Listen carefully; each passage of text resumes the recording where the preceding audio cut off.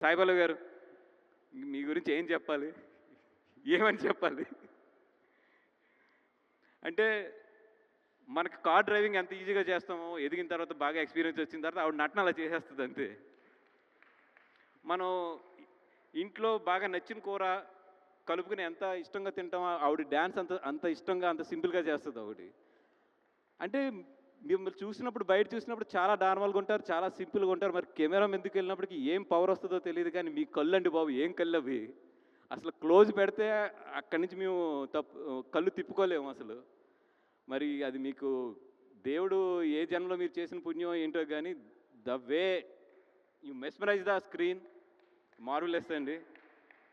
అంటే మీలాంటి వాళ్ళతో నిజంగా మేమందరం కూడా సినిమా చేయడం అనేది మేమందరం కూడా చాలా హ్యాపీగా ఫీల్ అవుతాం. చాలా కాన్ఫిడెంట్‌గా ఫీల్ అవుతాం. చాలా ప్రౌడ్‌గా ఫీల్ అవుతాం. థ్యాంక్ యూ సాయి గారు. అండ్ మీ దగ్గర నుంచి నేర్చుకుంది కూడా